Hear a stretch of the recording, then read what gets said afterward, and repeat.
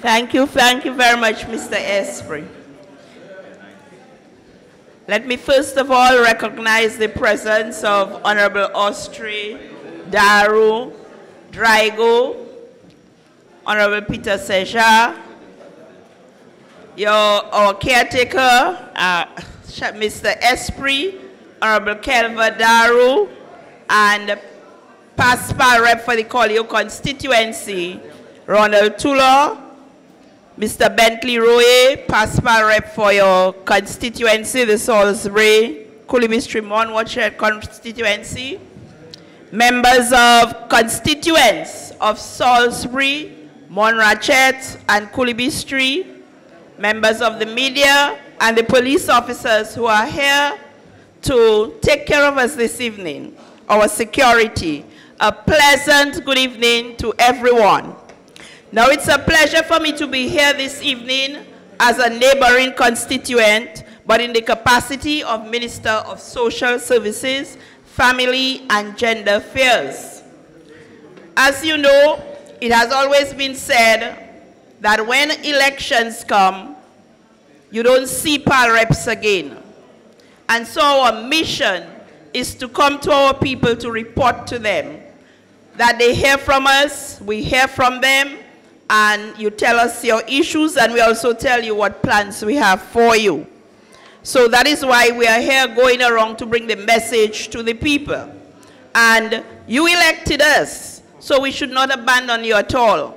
We are there to serve you, and as such, it's our duty to come to you because you came to us and you supported us, so we have to come to you.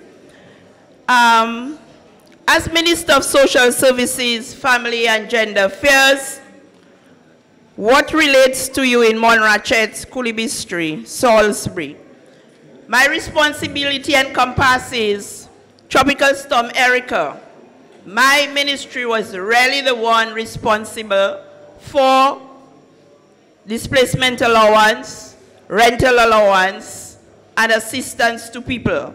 All that through the financial ministry or the Minister of Finance. We're just the executors, but the Prime Minister is the one who goes out, gets the money, and comes back to finance it.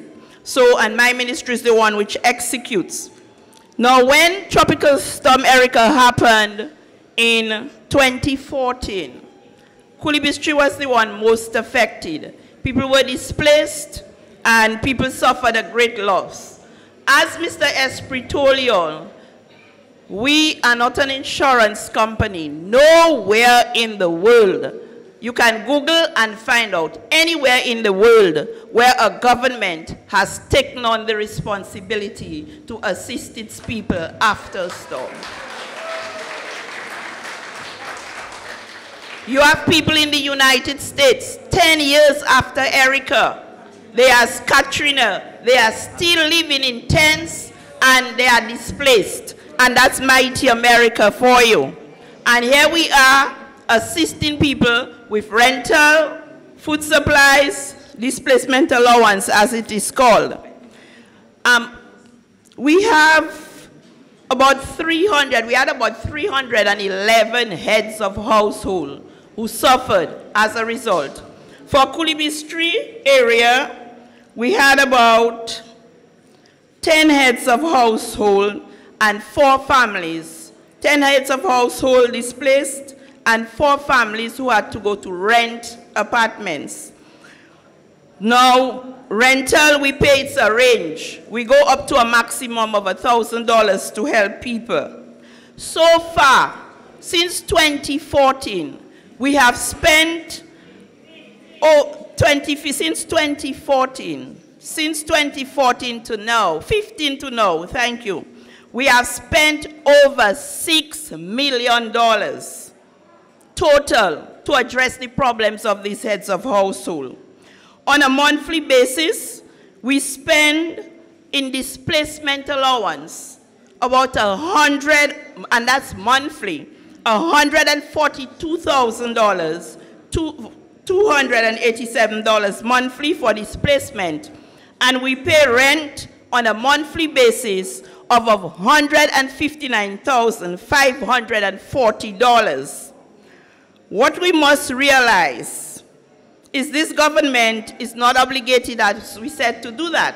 But it's through the caring nature of the government that we are doing that. We believe in the mandate that God has given us. And God's mandate to man is go out to help the poor. And as it says in the Bible, we send you to bring the good news. Shelter, clothing, food, the basic items. We owe that to people. If we are to do what we have been selected to do, to serve you. And so that's why, through the kind hearts of our Prime Minister, PM do not like to see people suffer.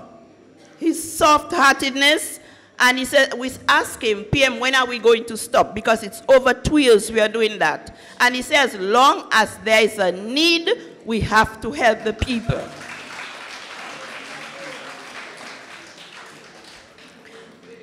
Now, I know some people are getting fidgety. We have housing programs going on.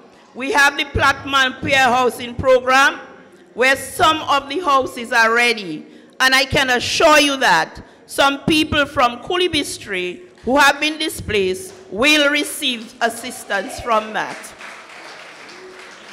So you are coming to join our constituency in Colihaut, but don't transfer your vote. You can stay, you know. Stay. But you'll be welcome.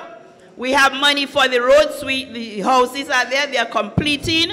And the Minister of Housing will tell you we have $730-something thousand allocated for infrastructure for the roads. There is water there already. So we are working on that quickly so that we can put people in their comfort zone, because everybody likes to be in their own space.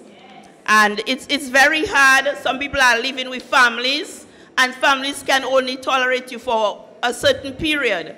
They get fed up with you after a long time because you're in their space. And so we are trying very hard to get these people displayed. My ministry is also responsible for public assistance. And public assistance is a program which helps indigent people, that's poor people. And you are classified as an indigent person if you receive less than $1,000. It's just an assistance that we give, but we don't just give it like this.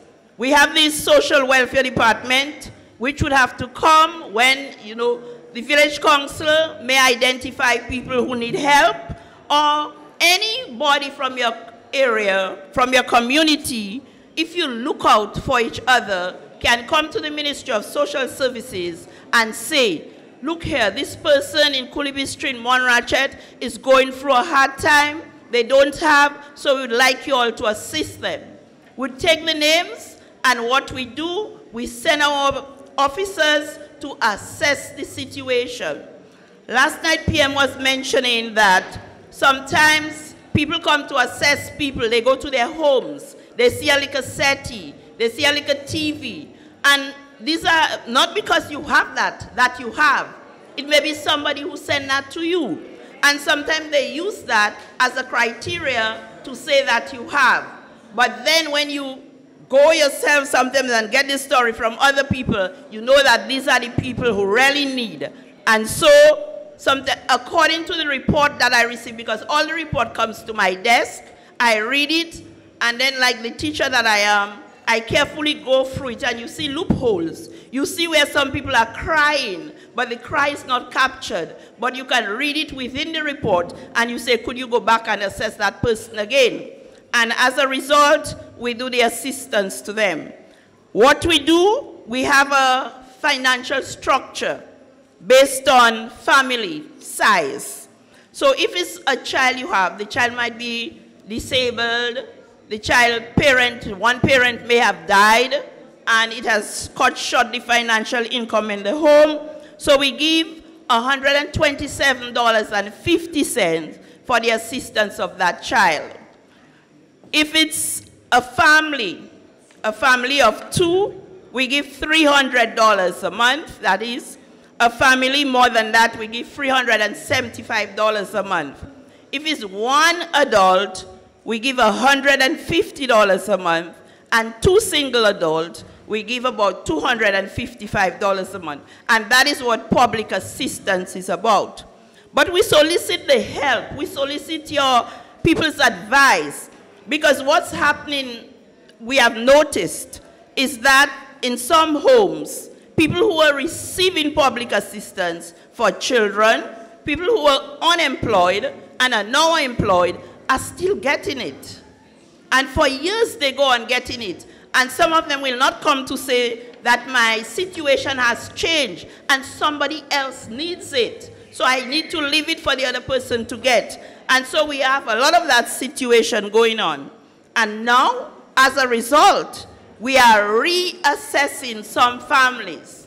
We had somebody, their children 21 years. No, they were getting from the time the child was five years, still receiving that money. And their children are working. So this puts a strain on our system, and so we have to clean that up, and the process is going on where we have to assess so that we make sure it reaches the needy and not those who just want to have it. We offer also the Yes We Care program. We may have 1 or 2 people from your area in the Yes We Care. And sometimes people live alone. A lot of people are stroke victims. A lot of people have arthritic pains. They cannot move, hypertension, which they have very badly. They have no one to care for them. And we have about 175 people in that program, supervised by 9 supervisors. And so we ask the supervisors to please check around in the districts that you supervise to see if there are people in need. Because this Dominica Labour Party government, we care for people, and we would not like to see any of our people suffer a life of less, their dignity must be maintained. And so we want to provide them with that. So that's what the Yes We Care program does. We don't only give care, we do housing. If the person's house is in a bad state, they have representation and we fix the houses for them. We do medication for them. So we give them medical assistance. So it's not just going, cleaning, and combing their hair, but we take it further. We take the care further. And that's what we do for the Yes We Care program. Now I need to explain something about the 70 plus, because a lot of people have a misconception about the 70 plus. Prior to September of 2016, people received $200 and these are people who, I know some people even have an issue with that. And these are people, as it has been explained time and time again, who worked very hard. They worked on the roads, especially the coastal road. They worked very hard. And they were under the National Provident Fund, but they did not contribute a lot.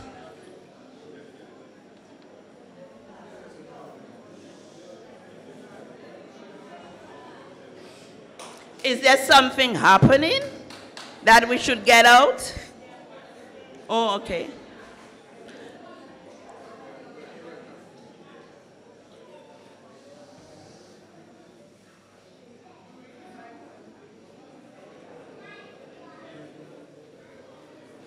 These people worked on the teachers always remains in me.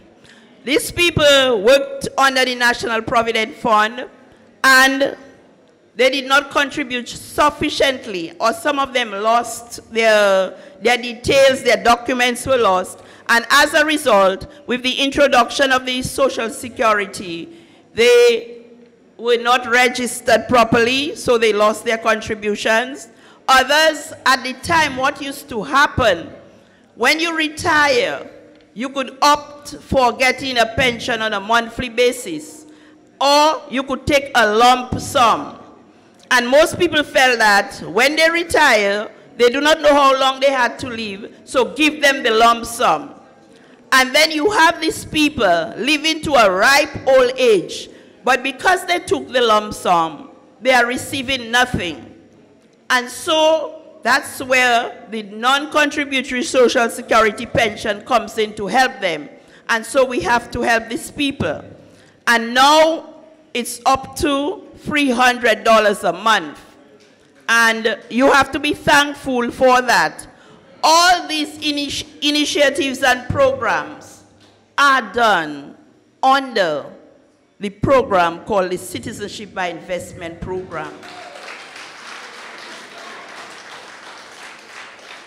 And I need to tell you something. The Yes Wiki, the non-contributory social security pension, these are programs initiated by the Dominican Labour Party government. They are not policies, they are not laws.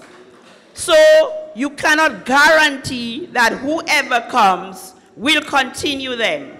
They can be thrown out because, as you heard it said, we are feeding greedy people.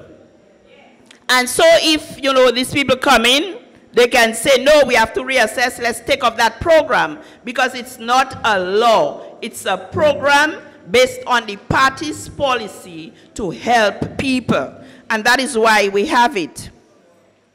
I need to express some concerns, though, about the attitude of our people. I find maybe the time I grew up, the community, there was a lot of love, a lot of caring for each other. Now I find we are away from that type of approach, type of attitude towards each other. We harbor too much jealousy. A poor person gets a little thing and we are jealous. This is not going to take us anywhere. How, some people have food, they hoard. They will not give. You let it rot and you throw it just for you not to give somebody. And I think for the Catholics, especially in the Lenten season, we have to reassess ourselves, our situation, our attitude towards each other. Some people think that the government must do. There are things that we just do out of compassion, out of the caring nature that we have. And people abuse some of the services. We have to look at it, because when you abuse the service, you are taking from the resources of the country. You are depleting the resources. And then somebody else may very well need something urgently, and they may not get it because somebody who didn't want came, brought a case, got something, and it's not that they wanted it. So I think we need to really, because this world, there's a crisis coming soon. I'm not here to preach, but then sometimes you get a message and you have to echo it. And, this world is rapidly changing, and we will be left with just each other. You do not want to be mad at your neighbor because of politics and so on. Because if your neighbor's house is on fire, don't tell me you'd be so hardened as to not assist. So I'm imploring people, let's just have a better attitude towards each other. Let's just grow in love for each other, and let's help develop our countries. No time have we come as the Dominican Labour Party candidates to ask you to destroy the property of an opponent. No time have we asked you, because of what we want, to burn down, to do those kind of things. Use your head, because God has given us a mind and a free will. When you destroy, you have to build up again. And it's going to take from that very resource that you want to better yourself, and you'll find yourself going back. So please think wisely, analyze things, listen to things of the world. We have on the internet, the CNBS News, CNN News, and America. Listen to the world news, and then it will tell you what is really happening around, so that if you want to live in a country with peace, love, and harmony, the things, you cannot just say, we want peace, and there'll be peace. You have to act it out. You have to have the peace within you so that you can bring it out. So please, people, I know they're asking you to come out on the 30th to demonstrate, to destroy, to take off. Make up your minds. You are big, weigh the things, and see whether that is necessary, because Dominica is ours to build. Some of us can run away, but not everybody can. And we have to think of those people. So I implore you to place in your hearts that patriotic love for your country so that we can keep Dominica a peaceful country. When, you know, even taxi men, the people on the Bayfront, these are the people that should be promoting Dominica, the peaceful, because that's where their income comes from. And when these very people who are the front line to receive the strangers that's bringing in an income for them, and you hear some pronouncements from them, it is very painful and hurtful. Think of your livelihood and think of the impact that it will have on you if those things are to happen in our country. I wanted this time, I said I wasn't going to be long. Just on Friday of this week, again a Caring Government CBI program, and I think one of the ministers will talk to that. On Friday of this week, we were able to give to 7 charitable organizations, the elderly people, an amount of $462,000. The infirmary, the home in La Plaine, House of Hope, the passes for the children, parents advocating for children with disabilities, a home in Portsmouth, the home for the aged. These are the people we have to take care of now.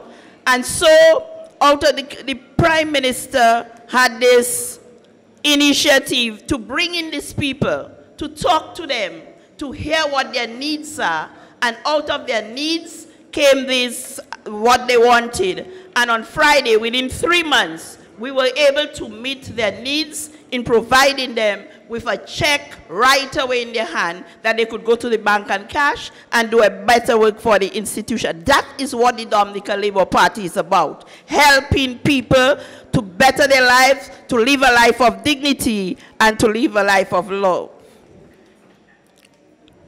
Now we are in the process of doing allocations, as I said, for the houses. I think there are 1 or 2 people from the Coolibistry area that maybe might be from the local government. They might come and check you all out to find out, because we have to find out how many people in a family, because the houses are 2 bedrooms and 3 bedrooms. So we have to ensure that the people who really need it, they are the ones who get it. Those are in dire strait. Because all we want is decent living for people. When the caretaker for the Labour Party in this area alluded to the fact that when Erica struck, we gave people 3,000 and 5,000. And it's sad when I meet people who tell me, government only gave me 3,000. Government only gave me 5,000. And my damage was 98,000. So I said, was the government your insurance? Did you have insurance?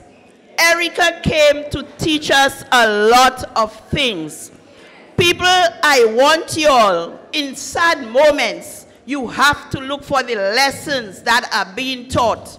And I think we should look back, analyze, and see those of you who haven't got insurance. Some people may not be able to afford it, but those who can, go to their insurance. But again, when things like that happen, insurance company tells you it was an act of God.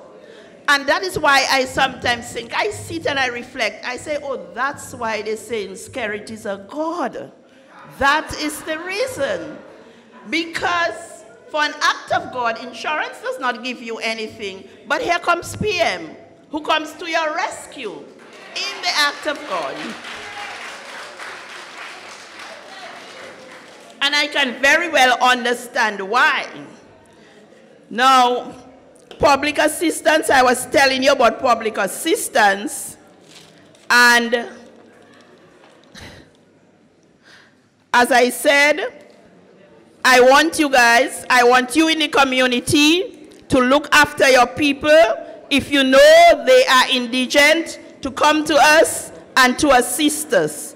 So far this year, for public assistance total, we have spent over $4 million. We will allocated $6 million for the year. We are in March, we have spent $4 million. So this means we are left with $2 million to spend up to the end of the financial year. And our financial year ends in the end of June. By June 15, everything is closed till we go back to the financial year. So sometimes we are almost in April. So if you don't see things happening, just be patient with us. Your time will come. Nothing happens before it's time. And you may seem you are suffering for something if you don't get what you want, but always look for that little flower in that forest that you are in to see what is God trying to tell you. And when your turn comes, good things come to those who wait. I want to urge you, thank you, the people of Morne Rachette, for those who support us. Thank you very much for your support. I know some of you prayed for me when I was sick. Thank you very much for your prayers, and for Reggie also. Thank you very much for your prayers. And as we go into the Lenten season for the Holy Week coming up, the Catholics, I want you to kindly lift up this country. Ask God to put his hand, ask for the protective blood of Jesus upon us, so that we can live in peace, love, and harmony. Thank you.